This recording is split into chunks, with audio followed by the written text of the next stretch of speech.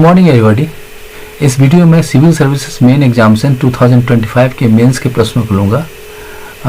आज मैं जो प्रश्न लूँगा वो क्वेश्चन नंबर 9 और 10 है। प्रीवियसली मैंने इसके प्रीवियस प्रश्नों का वीडियो बना चुका हूँ।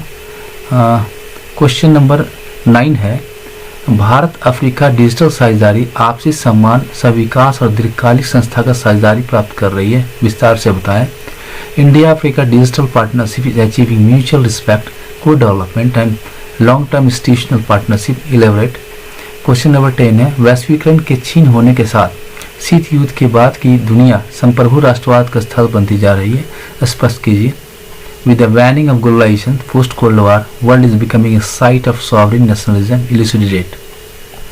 क्वेश्चन नंबर 9 का इंग्लिश का मॉडल आंसर इस प्रकार है, India Africa relations are evolving beyond trade and aid into a collaborative digital partnership through initiative like Pan-African e-network project.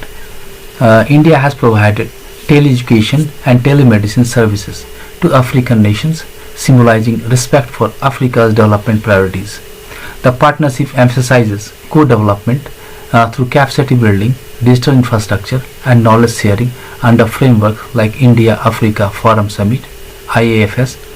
India's experience in digital public infrastructure, Aadhaar, UPI, CoWIN, can be leveraged to build a scalable, inclusive system for Africa's governance and economy.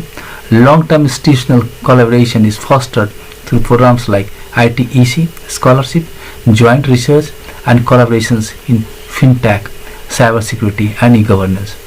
This partnership is not exploitative but mutually empowering, aligning with South-South cooperation principles and contributing to sustainable development, digital sovereignty, and global multipolarity.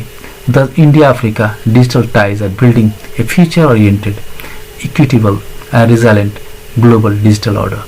इसका हिंदी का model answer इस प्रकार है, Bharat Africa संबंध अब केवल व्यापार और सहायता तक सीमित नहीं है, बल्कि एक सहयोगात्मक डिजिटल साझेदारी में विकसित हो रहे हैं। पैन अफ्रीकन ई नेटवर्क परियोजना जैसी पहल के माध्यम से भारत ने अफ्रीकी देशों को टेली शिक्षा और टेलीमेडिसिन सेवाएं प्रदान की हैं, जो अफ्रीका की विकास प्राथमिकताओं के प्रति सम्मान को दर्शाती है। यह साझेदारी सब विकास पर बल देती है, जिसमें क्षमता निर्माण, डिजिटल अवसंरचना और ज्ञान साझाकरण शामिल है। इंडिया अफ्रीका फोरम समिट जैसे मंचों के तहत भारत का डिजिटल पब्लिक इंफ्रास्ट्रक्चर, आधार, UPI और कोविन अफ्रीका में समावेशी और स्केलेबल सिस्टम बनाने में मदद कर सकता है। दीर्घकालिक संस्थागत सहयोग, ITEC छात्रवृत्तियां, संयुक्त अनुसंधान, फिनटेक, साइबर सुरक्षा और ई-गवर्नेंस में सहयोग के माध्यम से बढ़ाया जा रहा है। यह साझेदारी शोषणकारी न होकर पारस्परिक सशक्तिकरण पर आधारित है, जो दक्षिण सहयोग के सिद्धांतों के अनुरूप सतत विकास, डिजिटल संप्रभुता और वैश्विक बहुधुरीयता को प्रोत्साहित करती है। इस प्रकार भारत अफ्रीका डिजिटल संबंध एक भविष्यमुखी, समान और सशक्त वैश्विक डिजिटल व्यवस्था को निर्माण कर। क्वेश्चन नंबर 10 का इंग्लिश का मॉडल आंसर इस प्रकार है, after the cold war globalisation surge characterised by illiberal trade, interconnected markets and global governance institutions. However, recent years have witnessed its waning due to protectionist policies, geopolitical tensions, and economic disruptions like the 2008 financial crisis and COVID-19 pandemic. Nations are prioritizing self-reliance, reshoring industries, and asserting sovereignty over global interdependence. Examples include the US-China trade war, Brexit, and India's Atmanirbhar Bharat initiative. Strategic sectors such as technology, energy, and food security are being shielded to reduce dependency.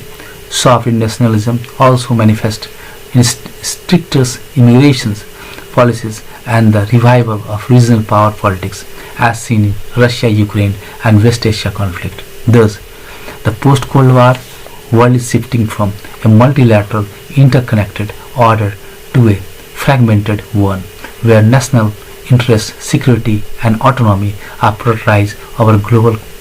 इसका हिंदी का model answer इस प्रकार है, शीत युद्ध के बाद वैश्वीकरण तेजी से बढ़ा, जिसे मुक्त व्यापार, परस्पर जुड़े बाजार और वैश्विक शासन संस्थाएं प्रमुख थी। किंतु हाल के वर्षों में ये प्रवृत्ति मंद पड़ गई। संरक्षणवाद, भू राजनीतिक तनाव, 2008 की वित्तीय मंदी तथा कोविड-19 महामारी जैसी घटनाओं ने राष्ट्रों को आत्मनिर्भरता, घरेलू उद्योग की वापसी और संप्रभुता को प्राथमिकता देने पर मजबूर किया। इसका उदाहरण अमेरिका चीन व्यापार युद्ध, ब्रेक्जिट और भारत का आत्मनिर्भर भारत अभियान है। राष्ट्र तकनीकी, ऊर्जा और खास सुरक्षा से रणनीतिक क्षेत्रों की बाहरी निर्भरता से बचा रहे हैं। आप्रवासन नीतियां पर कड़ाई तथा रूस, यूक्रेन व पश्चिमी एशिया संघर्ष में क्षेत्रीय शक्ति राजनीति का पुनरुत्थान भी इसी प्रवृत्ति को दर्शाता है। अतः शीत युद्धोत्तर विश्व अब बहुपक्षीय वैश्विक व्यवस्था से हटकर एक खंडी व्यवस्था बन रहा है, जहां राष्ट्रीय हित, सुरक्षा और स्वायत्तता को सामूहिक वैश्विक सहयोग से अधिक महत्व दिया जा रहा है। आपको यह वीडियो कैसा लगा? अपने कमेंट जरूर दें। अगर वीडियो अच्छा लगा तो चैनल को सब्सक्राइब करें, शेयर करें, लाइक करें। धन्यवाद।